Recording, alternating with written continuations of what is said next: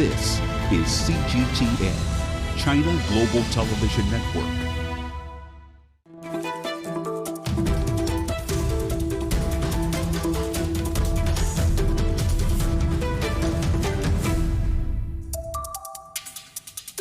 Hello and welcome to The Agenda. I'm Stephen Cole, and this week we're talking about the monopoly of dating apps and the money to be made from modern matchmaking.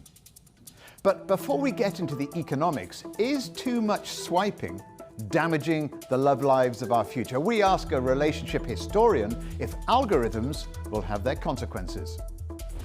In China, millions of young couples have met thanks to dating app TanTan. Its owner reveals the secret behind his success. And after one seeker after love was hit with mythical matches, well, he created an app which put the brakes on fakes.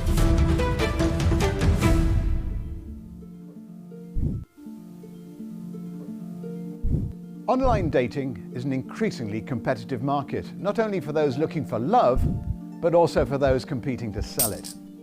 The dating business is worth $12 billion, with 310 million people around the world active users of one of the world's 7,500 online dating platforms. As most of us are never without our phones, online matchmaking is quickly becoming the most common way for couples to meet. A swipe to the left or a swipe to the right of your screen could end up determining your future. More than 2/3 of users admit to having gone on at least one date with someone they met online. Inventors, investors, and innovators, they're all capitalizing on this global market of singletons, with every demographic a potential goldmine. It's estimated that each potential dater will spend about $250 a year on dating services. As a result, online dating is becoming increasingly targeted. From Bumble, where women have to make the first move, Muzzmatch, designed for single Muslims, to Lumen, an app specially designed for those, shall we say, of a more refined age. The popularity of apps like these will encourage the growth of virtual matchmaking technologies, continuing to blur the boundary between the real and online worlds. But remember, every dating app has a rather peculiar business model. If it's successful in finding you love, you'll no longer need it. And with 22% of spouses now saying they walk down the aisle after meeting their partners online, it's a business with perhaps a built-in obsolescence. It wasn't that long ago when most relationships started with either a smile across a crowded room or a handshake. But today, with everyone seemingly glued to their phones, dating apps seem to be the only way of attracting someone's attention. The dating game has changed beyond recognition.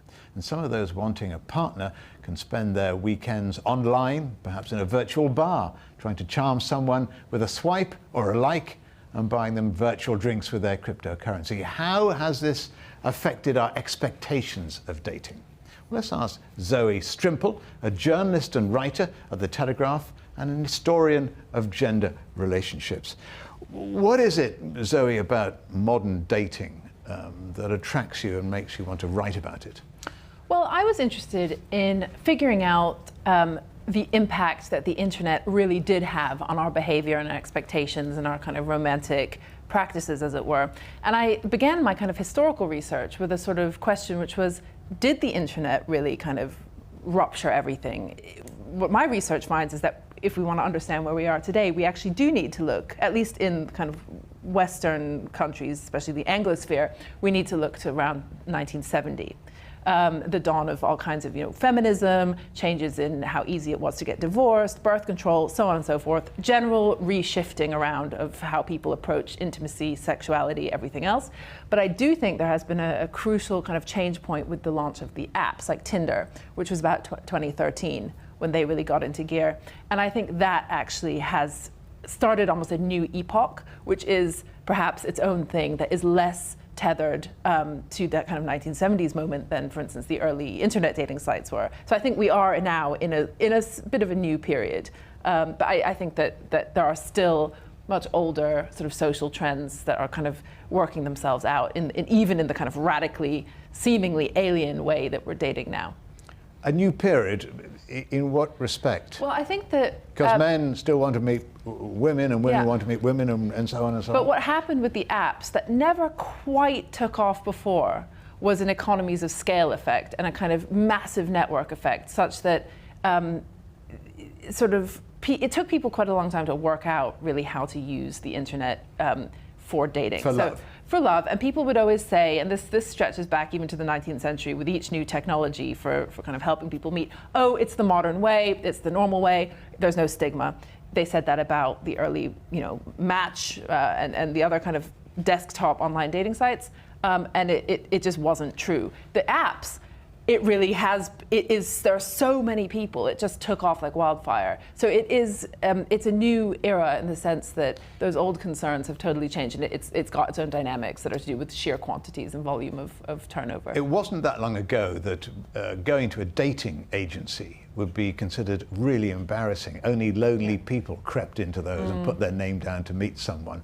But now, one generation, the modern younger generation, seems completely unashamed, completely unembarrassed about using dating apps. And that's the big change. That's what I mean about the new era, because yes, it was because it was adopted by young people. What impact has that had on the love process, on the dating process, on the relationships between people? This thing about young people taking it up is absolutely key and really interesting.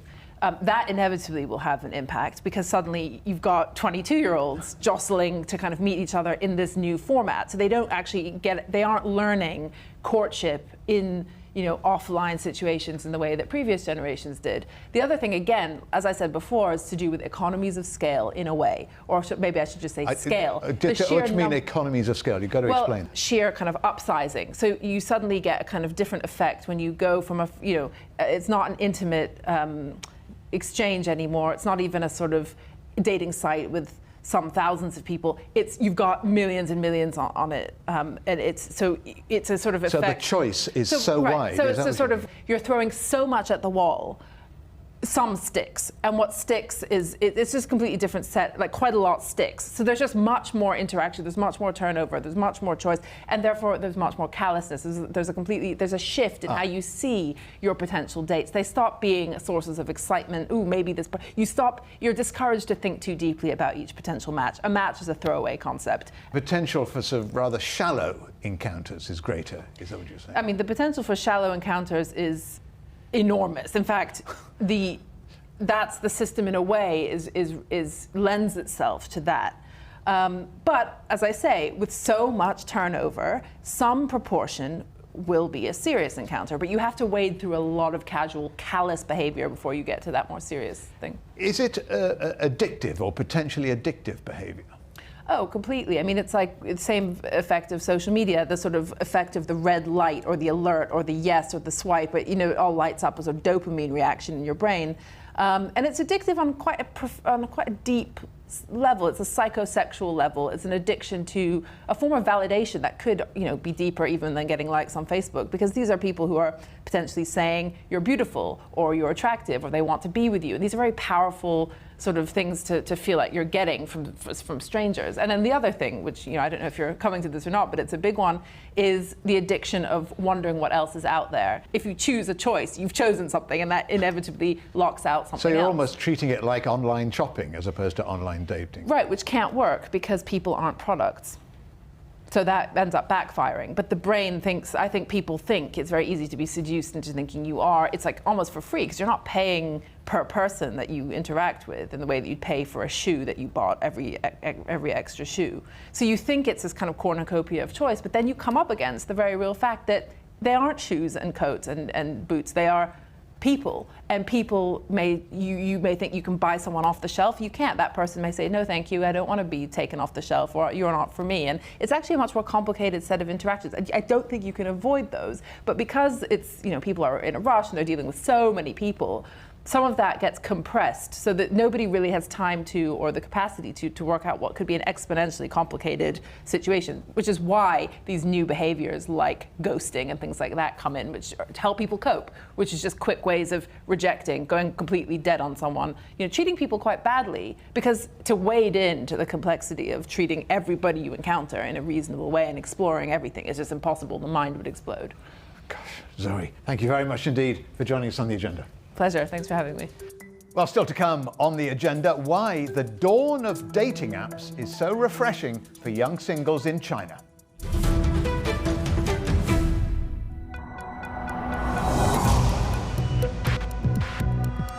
Each day, there are millions of stories.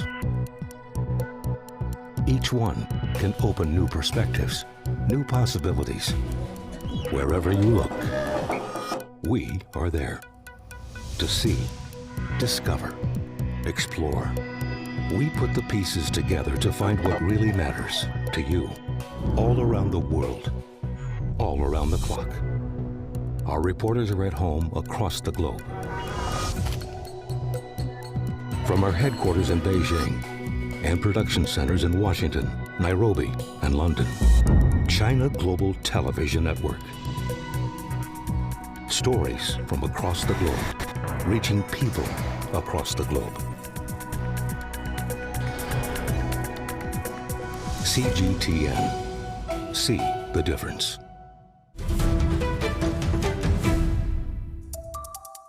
Welcome back to The Agenda. I'm Stephen Cole. Before the break, we heard how online dating could be changing our attitudes towards relationships, but that hasn't stopped young singles in China from swiping. I spoke to Wang Yu. He's the CEO of one of China's largest dating apps, TanTan, and he joined me from Beijing, and I asked him how it worked. So TanTan is a dating app that's grown to become quite big here in China. We estimate that we at least should have generated, tens of millions of relationships. The app is quite simple. You see people nearby, and for each person, you can indicate if you're interested or not. And it's a double-blind mechanism. So the person who you either liked or disliked will not know your choice. And they will also see people close to them, so they will also see you at some point. And if you liked each other without knowing beforehand, then you will get matched. And only if you liked each other and get matched can you start to have a chat. And that's the basic mechanism of the app. Even though it's very simple, it really fits into the Asian and especially the Chinese culture and mindset, because Chinese people are very shy. It's pretty difficult to meet new people because it's awkward and it's seen as indecent to talk to a stranger. So in China, people usually meet people through recommendations from friends and family. How much does it cost for the prince to meet his princess or for the princess to meet her prince? It's free to use the app. There's almost no restrictions. But if you pay and buy a subscription, we have several types of subscriptions. You have some upgraded features that you can use. So one big feature is that you can actually see who liked you, right? So you can see a list of everyone who liked you, and then you can choose from there. So there's no longer any uncertainty. So for people who are willing to pay, their chances of meeting someone goes up significantly. You didn't go into it for love yourself, did you? This is a big business for you. There is so many young people who are singles and have a lack of channels to meet people. And we felt that by building a simple product, we could solve this problem for them. They're willing to pay, so there's a huge business side to it as well. Most young people are either studying or working in a city different than their own hometown. So they're much more lonely than their counterparts in the West. Right? And they don't have friends and family to recommend people for them. So they're basically going to work, alone, having lunch and dinner alone, and then going back home alone every day. And even though on the way, to and from work, they meet thousands of young singles of the opposite gender, they have no way to reach out, right? So they just pass them by. And what TanTan helps them with, basically, is to not miss these chances, right? So they can see these people and they can indicate their interest. One interesting fact from our data is that guys tend to like 60% of the girls they see, and girls only like 6% of the guys. So for a girl, 94% of the people they see usually are not people they're interested in. So if it would be the model where you can just talk to anyone, 94% would be seen as rather, spammy, versus TanTan, where everyone who talks to you are people you're interested in. There's 0% spam, right? And the second part for girls is that since guys like them with a 60% probability, they have a very high chance of getting matched if they do like someone. So they all feel like queens, right? And the third thing is that girls can be much more proactive, because in society and in other dating apps, girls tend to be, they tend to wait for, the prince in shining armor to show up, right? But he seldom does. The people who approach them usually aren't people they're interested in. And what would you describe as your USP? What has made TanTan the leader in China? It's actually all the details, right? So from what I described, the product is quite simple, right? And by the first look of it, it feels like anyone would be able to build a product like this. And when we launched, there were actually around 100 products who were doing very similar things to what we were doing. But only we have been able to more or less survive and prosper, after all these years. And the reason is not because we won the competition, so to say. It's more because it's pretty difficult, and those other services didn't manage to build value for the users. And a few examples, right? We manually moderate all users and user content to make sure there's nothing that's fake. We've shut off or denied over 100 million accounts because we didn't deem that their quality was good enough. So that's quite a big sacrifice that I think most internet companies wouldn't be ready to make. Another thing is, how do you make so that each guy and each girl is paired, with someone? So you can't give the best girl to every guy, because there's only one of those girls, right? Well, so in the end, you need to make some fast sacrifices for the greater good of everyone, basically. That is a brilliant description, Wang Yu. And that's a very difficult problem to solve. Yeah. And you've obviously solved it with that algorithm. Congratulations. Now, last question. I have to ask, did you meet your princess online? I'm afraid not. So me and Sophia, we met in Sweden. I grew up in Sweden, and she went there to study. And our families actually have known each other for, I think, 60 years or so.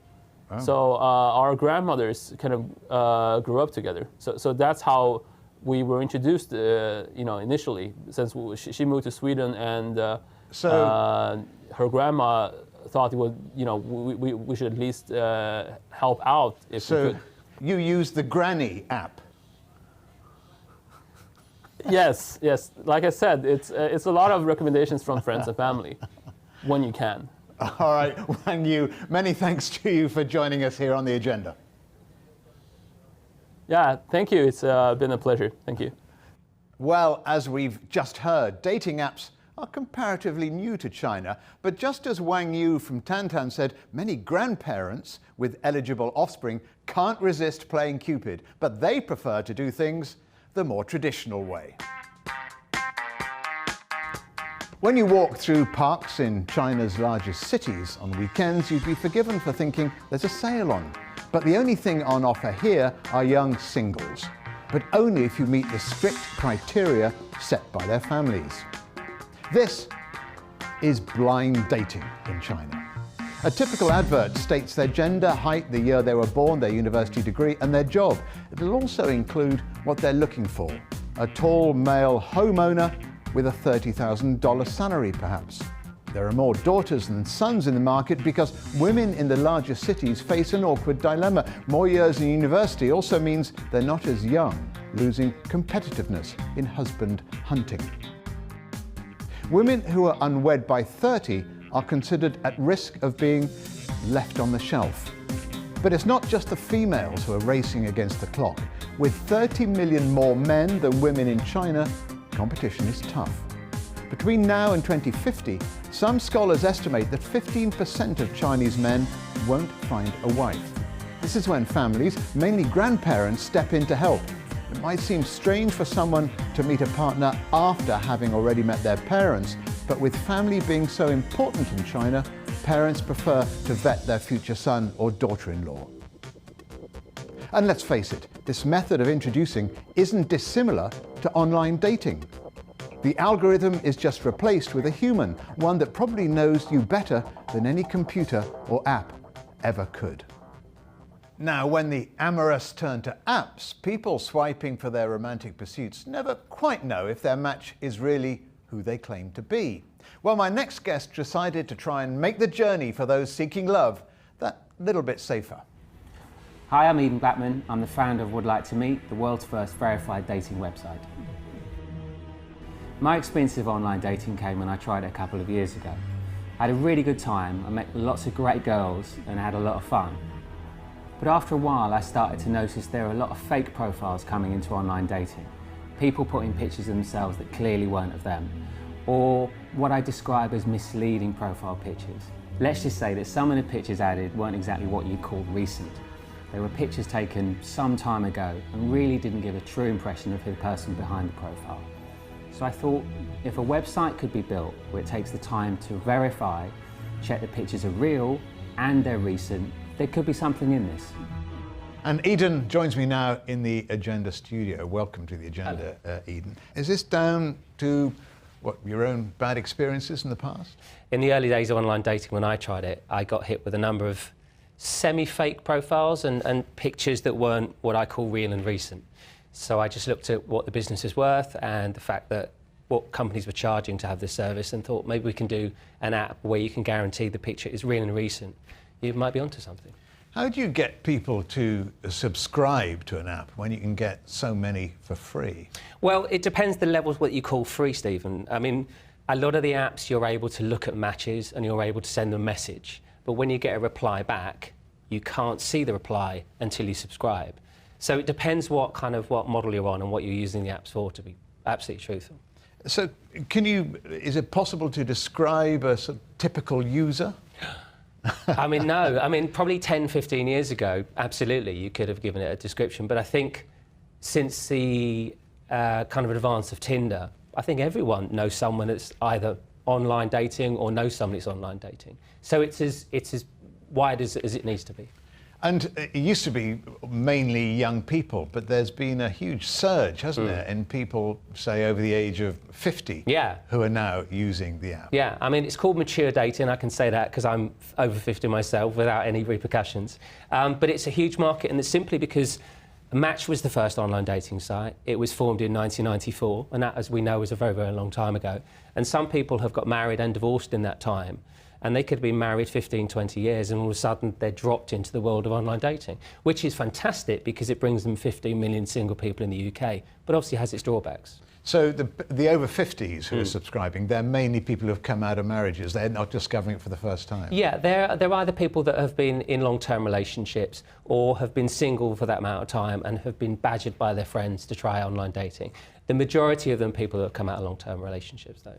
Do you think we could see, because there's such huge popularity of the dating apps, we could see eventually a sort of backlash against dating apps? Well, I think we've been through the first backlash, and I think there's probably more to come. I mean, the problem we have with dating apps is that, you know, Sarah meeting Stephen on a dating app and getting married and have children is not news.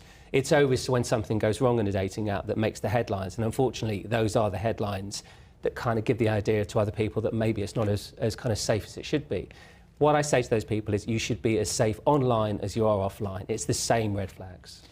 Is there a difference between the way most women use a dating app to the way most men use a dating app, or the reasons? That's a really good question. There are. I mean, we tend to find that when we do our parties, when we get the guys and girls together, we say there's a limited guest list because also we've got a venue to fill. And I would say the first 90% of the people that ask to come are girls. And they're very proactive. Us guys can be quite lazy. I've seen some of the opening lines that guys send to girls, and they are appalling. I mean, give us an example. Hey is, I mean, imagine if you're in a bar and somebody came up to you and went, hey, and you go, hey. And then where'd you go from there? It's like, the girls are beautiful. They'll read the profile and they'll put something in it about it, either about your pet or your tattoos or whatever you put in there. Guys, hey, please.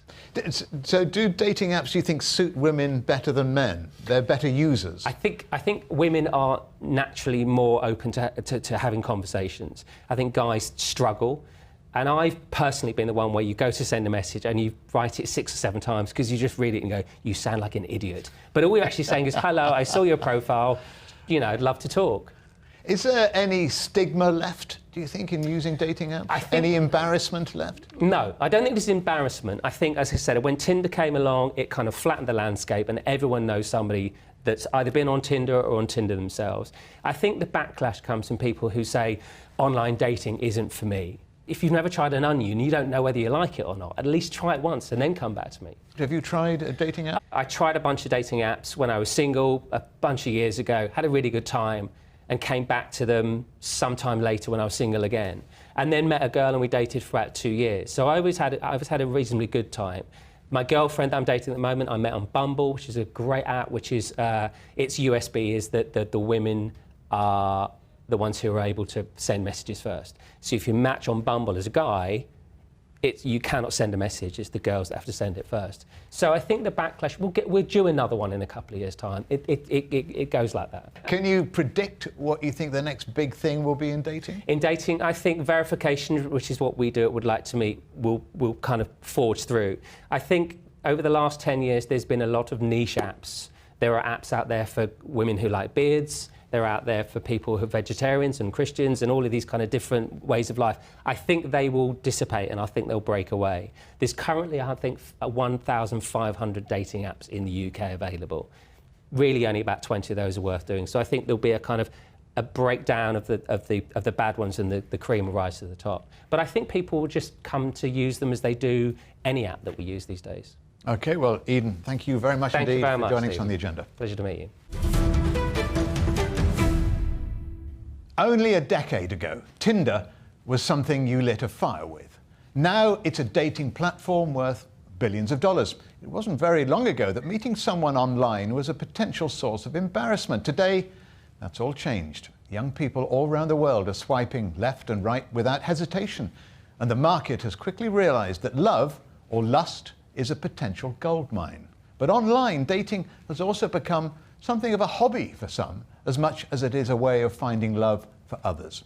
Before the net, couples met by accident, not by design. Random encounters often led to romance. Now men and women categorize about who they want to meet so much the eventual encounter is inevitably tailor-made. It's a process of elimination, but without any guarantee of success. In the search for that perfect match, you could be eliminating someone whose chemistry matches yours, even if your hobbies don't. The dating game is no longer the art of seduction, but more like the application of an algorithm. Dating apps may have reduced intimacy, but they allow you to conveniently meet and connect with like-minded people, which can more than offset the potential costs in their use. So, next time someone asks you how you met your significant other, don't be shy. In truth, there's a good chance that their own relationship story shares a similar beginning. Coming up on a future agenda, mapping the mind. We'll be examining what the brain does, how it does it, and why. For more content from The Agenda, you can visit our website or follow us on Twitter and Facebook. But for now, from me, Stephen Cole, and all the Agenda team in London, it's goodbye.